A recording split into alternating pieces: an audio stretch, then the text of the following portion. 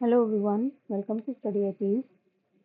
आज हमारा class 11th NCERT का चैप्टर नंबर 4 स्टार्ट हम करेंगे एग्जीक्यूटिव। हम पहले 3 चैप्टर कर चुके हैं। जिसने भी वो चैप्टर्स ना देखे हो तो प्लेलिस्ट है पूरी क्लास 11th की, आप उसमें जाकर के देख सकते हैं। तो आज हमारा हम अपनी चैप्टर स्टार्ट करते हैं। देखो, मैंने लास्ट वीडियोज में भी काफ़ी बार बताया है लेजिस्लेचर, एग्जीक्यूटिव और जुडिशरी के बारे में। ठीक है, तो ये सब क्या है? They are the organs of the government. Fine. अब गवर्नमेंट क्या अकेले तो नहीं काम कर सकता ना। मैंने आपको लास्ट में बताया था कि जैसे जो लेजिस्लेचर है उसका काम क्या है? लॉ बनाना। ठीक है, टू मेक लॉज। एग्जीक्यूटिव का मतलब क्या है? इन लॉज को इम्प्लीमेंट करना। जुडिशरी का मतलब क्या है? जुडिशरी का काम क्या है कि आप कोई भी हमारे राइट्स हैम्पर ना हो, कॉन्स्टिट्यूशन को ध्यान में रखते हुए ही कोई भी लॉ बनाया जाए, जिससे कि हमारा कोई फंडामेंटल राइट हैम्पर ना हो। ठीक है, कोई बेसिक स्ट्रक्चर हमारे कॉन्स्टिट्यूशन का हैम्पर ना हो। तो ये सब क्या है? ये एक तरीके का क्या क्रिएट करता है? बैलेंस क्रिएट करता है एक्चुअली ना, कि एक दूसरे के चेक एंड बैलेंस रख सकते हैं हम, कि लेजिस्लेचर ने जो लॉ बनाया वो एग्जीक्यूटिव इम्प्लीमेंट करते हुए बता सकता है कि सर इस लॉ में ये प्रॉब्लम है। और जुडिशरी क्या कर सकता है? वो ऊपर बैठे ये देख के बता सकता है कि आपने ये लॉ गलत यूज किया है या ये चीज गलत है। तो आपस में एक दूसरे का कोऑर्डिनेशन को ध्यान में रखते हुए गवर्नमेंट क्या है? अपना काम करती है। तो आज हम बेसिकली एग्जीक्यूटिव देखेंगे कि एग्जीक्यूटिव है क्या एक्चुअल में। देखो, what is an executive? For example, आपका स्कूल है। आपके स्कूल में सबसे जो होते हैं, जो फाउंडिंग मेंबर होते हैं, जो डायरेक्टर होते हैं, वो होते हैं। फिर आती हैं आपकी प्रिंसिपल। तो जो और फिर प्रिंसिपल के बाद आती हैं आपकी टीचर्स आती हैं। ठीक है, तो जो भी लॉ बनाए जाते हैं, जो वो डायरेक्टर और प्रिंसिपल मिलके बनाते हैं कि आपके स्कूल में 8 पीरियड लगेंगे। ठीक है, और 30 मिनट का रिसेस होगा। और ये कोई भी आपको फॉर एग्जांपल पिकनिक पे लेके जाना है, कोई टूर पे लेके जाना है, कुछ भी करना है। तो ये सब चीजें क्या हैं? ये सब चीजें कहाँ आएंगी? किसके ऊपर आती हैं? टीचर्स के ऊपर आती हैं। तो इम्प्लीमेंट कौन करता है? इन सारे रूल्स को टीचर्स करती हैं। तो एग्जीक्यूट कौन करता है? ये सब चीजें टीचर्स करती हैं। तो एग्जीक्यूटिव कौन हुआ? टीचर्स हुई। इसी तरह से जितने भी बड़ी-बड़ी ऑर्गेनाइजेशन होती हैं, उन्हें सुपरवाइज करने के लिए, ठीक है, जितने भी डिसीजंस होते हैं, उन सबको कोऑर्डिनेट करने के लिए, तो एक रूटीन एडमिनिस्ट्रेटिव फंक्शनिंग होती है ये। ठीक है, एक word executive means a body of persons that look after the implementation of rules and regulation in actual practice। अब एक्चुअल प्रैक्टिस में तो आपकी क्लासरूम में ही जो हो रहा है वो एक्चुअल प्रैक्टिस ही तो है। मैंने आपको पहले भी बताया था कि रूल्स बनाना ही सिर्फ बात नहीं है, सिर्फ डील नहीं है। ठीक है, जब तक वो इम्प्लीमेंट नहीं होगा ठीक तरीके से, ऑन पेपर कुछ भी लिख देना सिर्फ बातों में, कहाँ हवा में बातें नहीं होनी चाहिए। सिर्फ उसका right proper implementation is the deal. अब आता है गवर्नमेंट का केस। ये तो हमने अपने अपना नॉर्मल देखा। अब गवर्नमेंट में भी क्या होता है? गवर्नमेंट कुछ रूल तो रेगुलेशन तो बना देती है, लेकिन one would be in charge of implementing those rules। The organ of that government that primarily looks after the function of implementation and administration is called executive। जो गवर्नमेंट में जो जितने भी फंक्शन होते हैं, जितने भी एडमिनिस्ट्रेशन का काम होता है, उन सबको इम्प्लीमेंट करना, उन सबको लुक आफ्टर करना, वो किसका काम होता है? एग्जीक्यूटिव का काम होता है। It is the branch of the government who responsible for the implementation of laws and policy।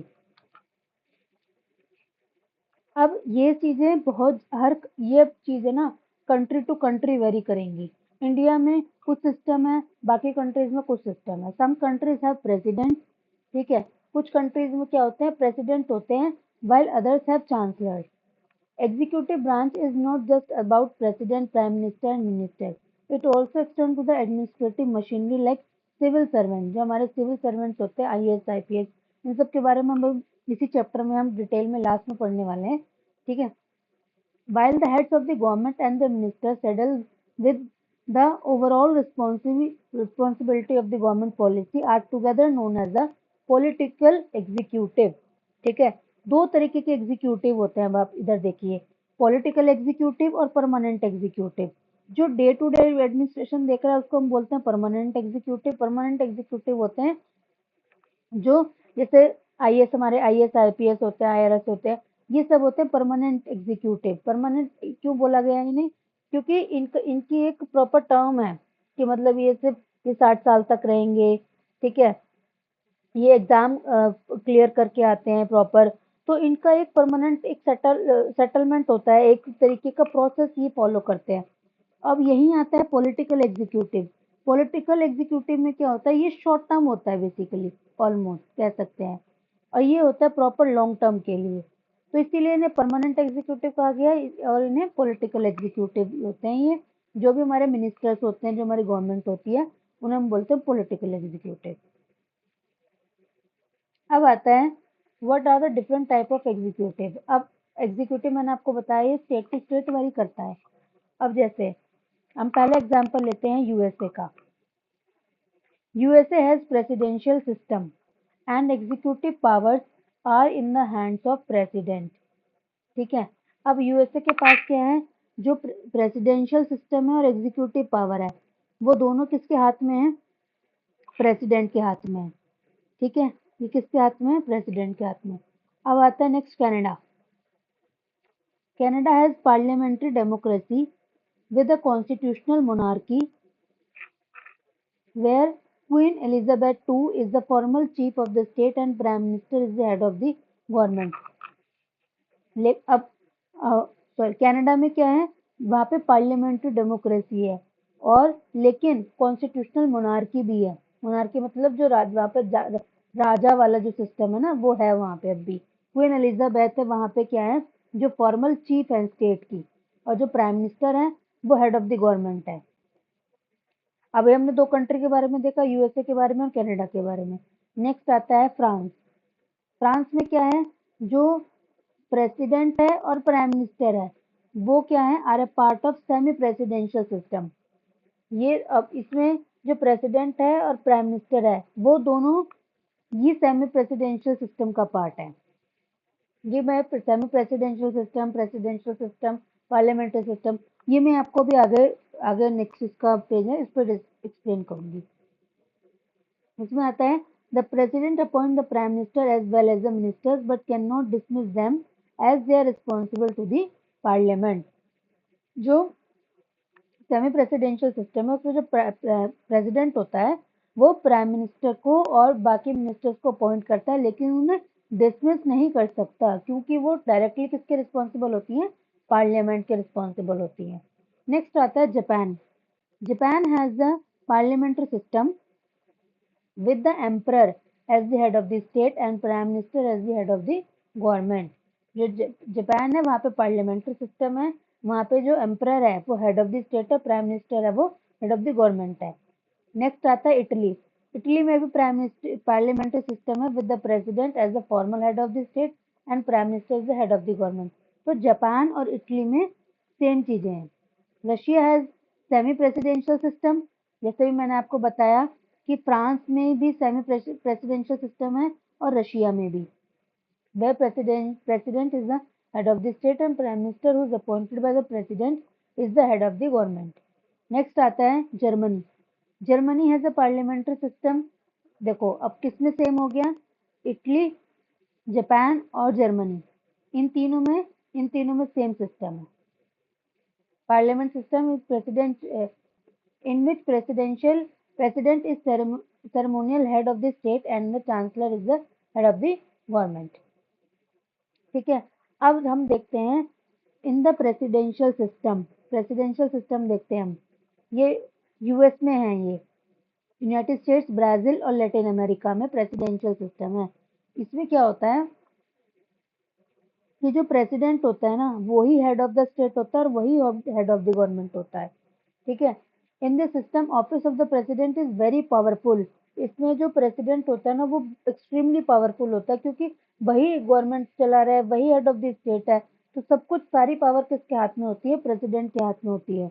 और ये सिस्टम कहाँ पर है भी इस वक्त? यूनाइटेड स्टेट्स, ब्राजील और लैटिन अमेरिका में।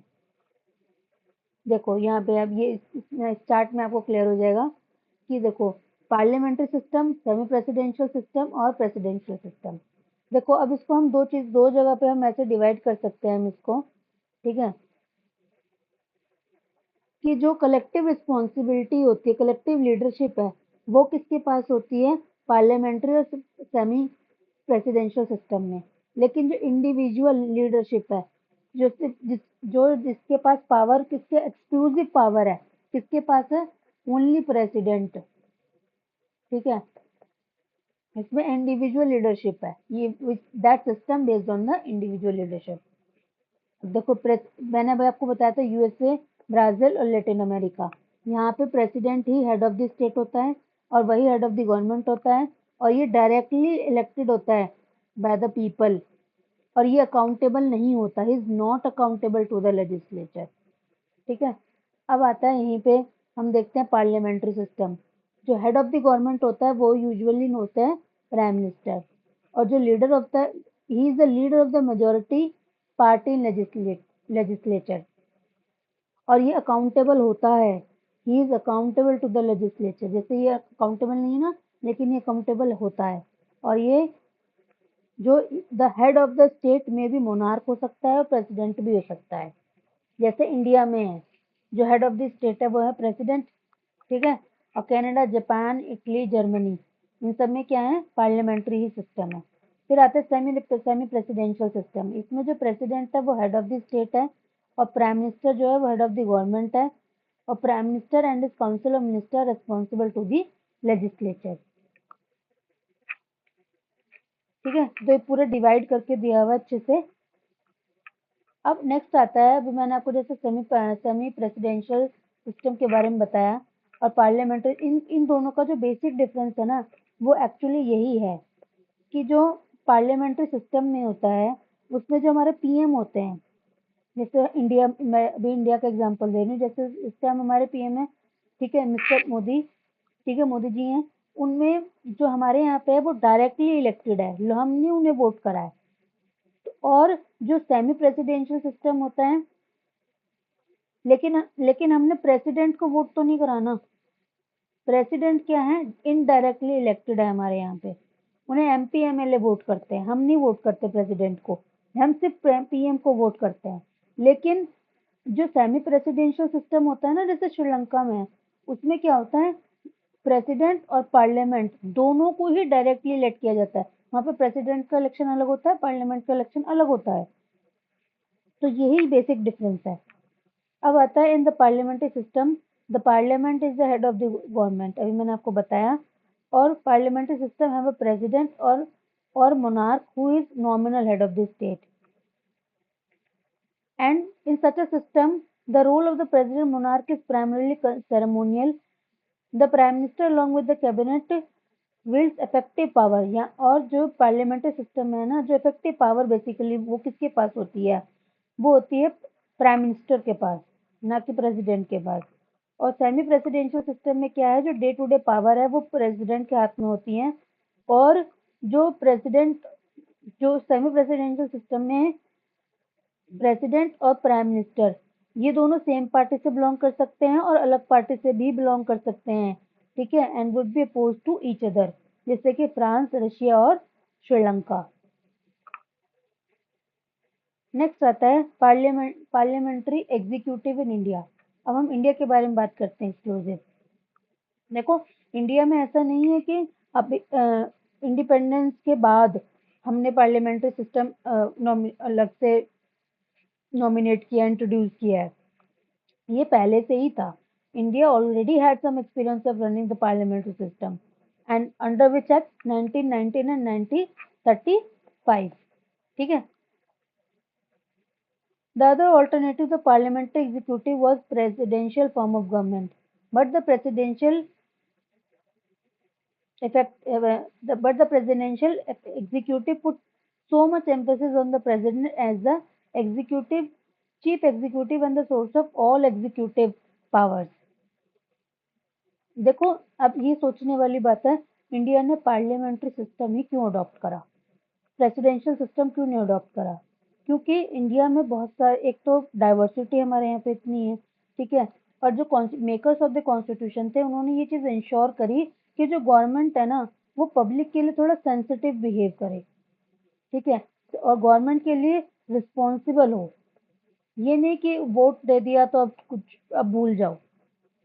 तो ये चीज हमारे कॉन्स्टिट्यूशन मेकर्स ने ध्यान में रखी और पार्लियामेंट्री एग्जीक्यूटिव को अडॉप्ट करा, ठीक है, इसीलिए हमारे यहाँ पे पार्लियामेंट्री फॉर्म ऑफ गवर्नमेंट है।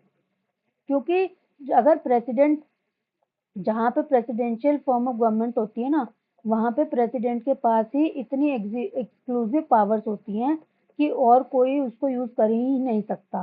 पार्लियामेंट की जो होती है अपनी मर्जी चलती है, उसकी अपनी जो पर्सनालिटी होती है ना, दैट ओनली रूल्स, ठीक है, जो उसका जो पर्सनालिटी कल्ट होता है ना वो बहुत खतरनाक भी हो सकता है।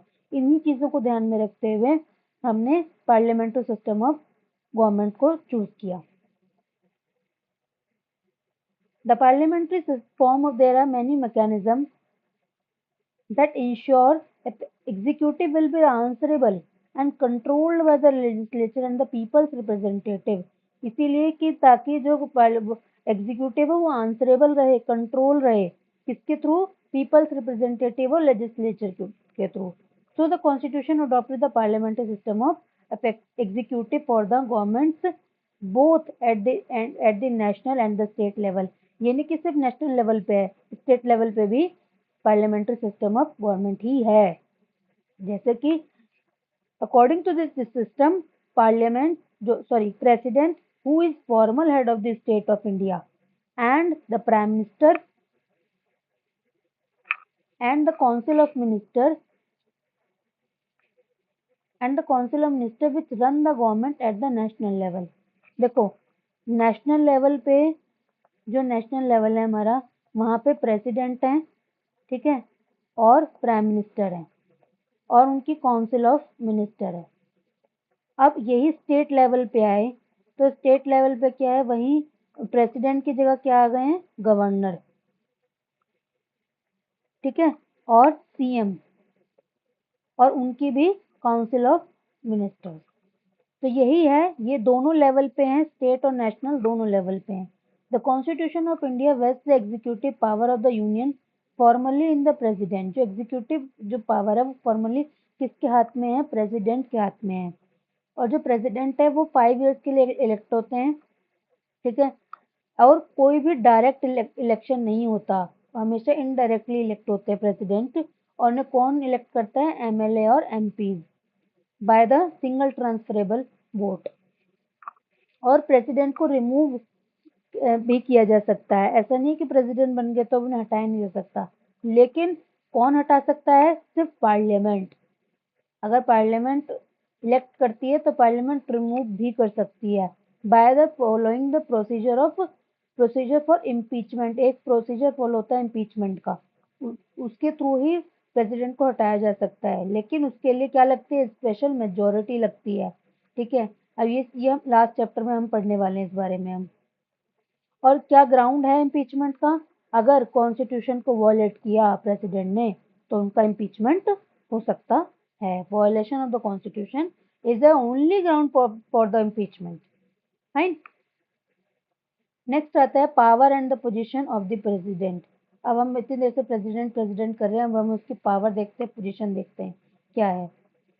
देखो, अब पहले क्या होता था कि जो काउंसिल ऑफ मिनिस्टर है, देर ये सब चीजें लिखी हुई हैं हमारे आर्टिकल 74(1) में, ठीक है, ये भी ध्यान से आप देखिएगा। आर्टिकल 74(1) में लिखा हुआ है, there shall be a council of minister with the prime minister at the head to aid and advise the president who shall in the exercise of his function act in according with such advice. देखो, अब यहाँ पे क्या चीज लिखी हुई है कि जो हमारे जो प्रेसिडेंट हैं, वो पहले क्या था, बाइंड नहीं था उन पे कि वो क्या बोलते हैं काउंसिल ऑफ मिनिस्टर की एडवाइस को फॉलो करेंगे या नहीं करेंगे। But now that has been amended that the advice of the council of minister will be binding on the president. By another amendment made later, it was decided that president can ask the council of minister to reconsider its advice, but has to accept the reconsidered advice of the council of minister. मतलब कि पहले ये नहीं था कि amendment जो भी council of minister की एडवाइस है वो प्रेसिडेंट पे बाइंडिंग होगी, लेकिन अब ये अमेंड हो चुका था, अमेंडमेंट हो चुका है इस बारे में कि जो काउंसिल ऑफ मिनिस्टर की एडवाइस है वो प्रेसिडेंट पे बाइंडिंग होगी, लेकिन जो प्रेसिडेंट है वो काउंसिल ऑफ मिनिस्टर को बोल सकते हैं कि आप अपनी एडवाइस को रिकंसिडर करो। और अगर लेकिन अब फिर दोबारा से लेकिन है कि काउंसिल ऑफ मिनिस्टर ने अगर वही एडवाइस दोबारा दे दी तो प्रेसिडेंट को वो एडवाइस एक्सेप्ट करनी पड़ेगी, but has to accept the reconsidered advice of the council of minister. मतलब प्रेसिडेंट सिर्फ एक ही बार बोल सकता है काउंसिल ऑफ मिनिस्टर को कि आप अपनी एडवाइस को रिकंसिडर करो, लेकिन अगर same advice they the council of minister ने तो फिर वो क्या हो जाएगी, बाइंडिंग हो जाएगी किसके ऊपर, प्रेसिडेंट के ऊपर। नेक्स्ट आता है, अब हम देखते हैं कि प्रेसिडेंट के पास पावर्स क्या क्या हैं। ठीक है, अब प्रेसिडेंट के पास एक्चुअली कितनी पावर्स हैं, एग्जीक्यूटिव पावर्स हैं जो प्रेसिडेंट के बिहाफ पे एग्जीक्यूट होती हैं, लेजिस्लेटिव पावर्स हैं, जुडिशियल पावर्स हैं और कुछ इमरजेंसी पावर्स भी हैं। ये सब हम धीरे धीरे आगे पढ़ेंगे, लेकिन इन रियलिटी ये सारी पावर्स क्या हैं, कैसे यूज कर सकते हैं president, on the advice of council of ministers. ठीक है, the prime minister and the council of minister have support of the majority in the Lok Sabha and they are real executives. तो रियल एग्जीक्यूटिव्स कौन हुए, prime minister and the council of ministers. And in most of the cases the president has to follow the advice of the council of ministers. अब देखो इतनी बात हम करते आ रहे हैं तो क्या इसका मतलब ये है कि प्रेसिडेंट के पास कोई पावर ही नहीं है, वो सिर्फ काउंसिल ऑफ मिनिस्टर और प्राइम मिनिस्टर के अकॉर्डिंग चलते हैं? नहीं, प्रेसिडेंट के पास पावर है। ठीक है, उनके पास अपने डिस्क्रिशनरी पावर है, जो एक्सक्लूसिव पावर जिसे बोलते हैं। ठीक है, तो अब वो पावर्स कौन सी हैं, President has a right to inform of all the important matters and deliberation of the Council of Ministers. ठीक है, the Prime Minister is obliged to furnish all the information that the President may call for. अब जो हमारे prime minister हैं वो obliged हैं president के कि अगर प्रेसिडेंट ने कोई भी इंफॉर्मेशन मांगी तो वो उन्हें देनी पड़ेगी। The President often writes the Prime Minister and expresses his views on the matter confronting the country. President क्या होते हैं, बहुत बार प्राइम मिनिस्टर को अपने व्यूज लिख कर देते हैं कि ये हमारी कंट्री के लिए आगे कर सकते हैं हम।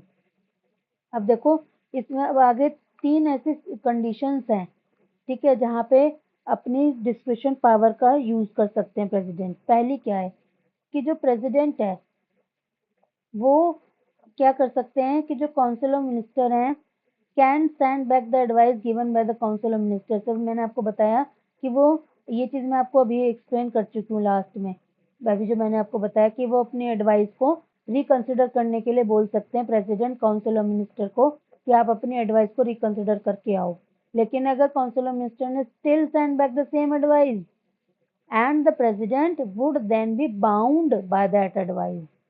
Fine. नेक्स्ट आता है, अब दूसरा आता है कि वीटो पावर।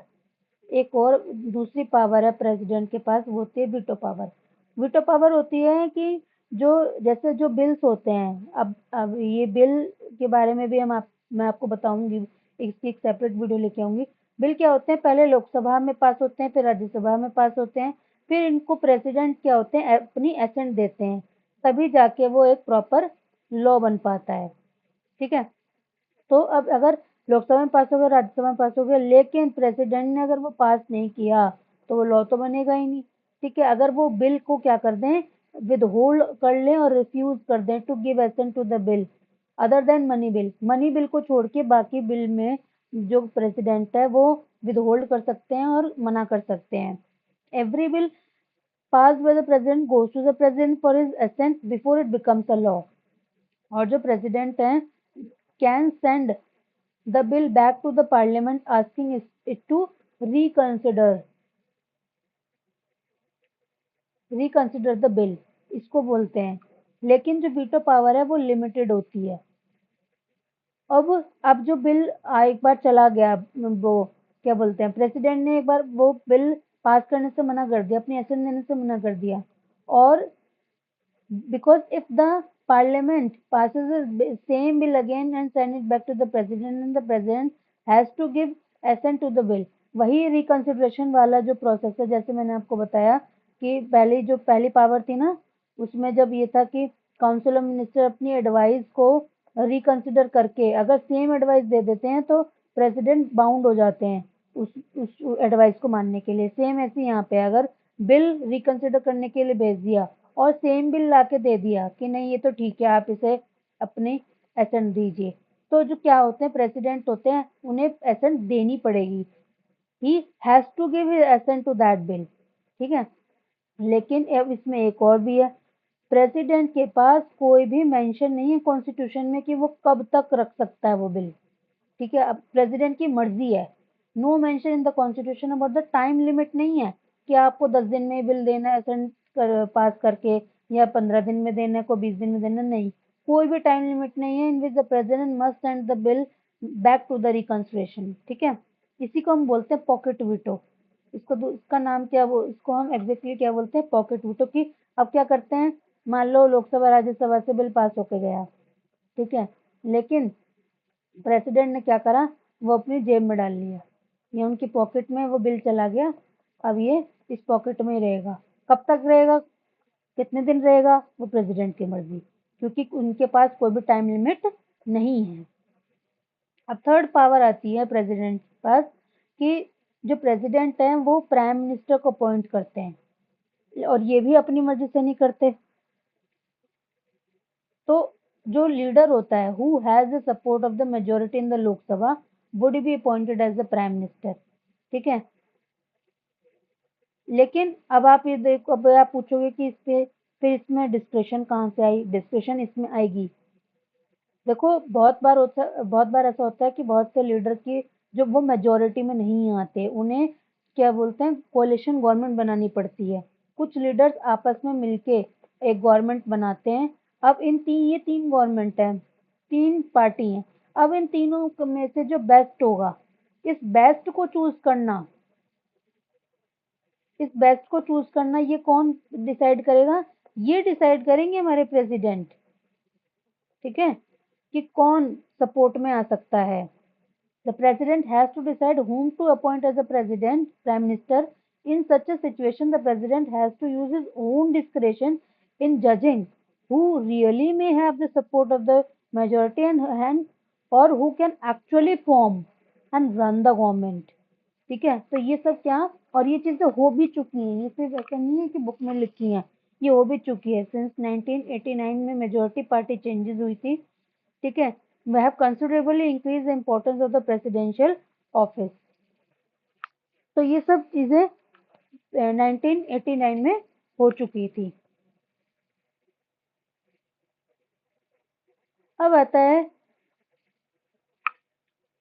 कि this situation demanded presidential intervention either in order to constitute governments and grant to request for the dissolution of the Lok Sabha by the Prime Minister who could not have majority who could not prove majority in the House. It may thus that the presidential discretion is related to the political condition. There is greater scope for the presidential assertiveness when the governments are not stable and coalitions occupy power. For the most part, the president is a formal power holder and ceremonial head of the nation. तो अब देखो, अब हम इतनी चीजों को देखते आ रहे हैं, तो ये अब हमें एक्चुअल में प्रेसिडेंट की नीड क्या है। अगर जो सारा काम पीएम और काउंसिल ऑफ मिनिस्टर ही कर रहे हैं, तो प्राइम मिनिस्टर की नीड क्या है। देखो यहाँ पे नीड क्या है, नीड ये है कि जो हमारे प्रेसिडेंट है ना, उनके पास एक फिक्स्ड टर्म है, ठीक है, वो उन्हें जो है पब्लिकली डील नहीं करना, उन्हें वो डायरेक्टली इलेक्टेड नहीं है, वो क्या है, वो इनडायरेक्टली इलेक्टेड है। लेकिन जो पीएम है, काउंसिल ऑफ मिनिस्टर है, ये सब लोग डायरेक्टली इलेक्ट होकर आए हैं। फाइन। तो council of minister is not depend on the support of the majority in the legislature, ठीक है, पार्लियामेंट्री सिस्टम में। This means that council of minister may be removed at any time. जो council of minister है उन्हें कभी भी remove किया जा सकता है, अगर उन्होंने उनके पास मेजोरिटी अगर वो प्रूव नहीं कर पाएंगे तो कभी भी नो कॉन्फिडेंस मोशन उनके ऊपर जा सकता है। That requires the head of the state to have a fixed term. Who has a fixed term? Who may be empowered to appoint the new prime minister and who may symbolically represent the entire country. तो अब एक बात बताइए कि जब अगर no confidence motion pass हो जाता है या prime minister council of ministers अपना टर्म रिमूव कर दिया जाता है, तो गवर्नमेंट को हमारी कंट्री को रिप्रेजेंट कौन करता है उस टाइम पे? हमारी कंट्री को जो सिंबॉलिकली रिप्रेजेंट करता है वो करते हैं हमारे president. This is exactly the role of the president in ordinary circumstances. Besides that, no when no party has a clear majority, जब किसी पार्टी के पास क्लियर मेजोरिटी नहीं होती है, that that time president has the additional responsibility of making a choice and appointing the prime minister to run the government for the country, ठीक है। ये हमने देखा अब तक प्रेसिडेंट के बारे में। अब आते हैं हमारे वाइस प्रेसिडेंट ऑफ इंडिया। अब देखो, वाइस प्रेसिडेंट भी इलेक्ट होते हैं 5 इयर्स के लिए, ठीक है, और इनका भी इलेक्शन जो है वो सिमिलर होता है प्रेसिडेंट की तरह, लेकिन बस इसमें मेंबर ऑफ स्टेट लेजिस्लेचर हैं वो पार्ट नहीं लेते हैं, are not part of the electoral college. और इन्हें रिमूव किया जा सकता है कब? लेकिन सिर्फ रिजोल्यूशन पास करना होता है राज्यसभा में by majority and agreed to by the Lok Sabha. Rajya Sabha में रिजोल्यूशन पास होगा लेकिन एग्री होनी चाहिए लोकसभा भी।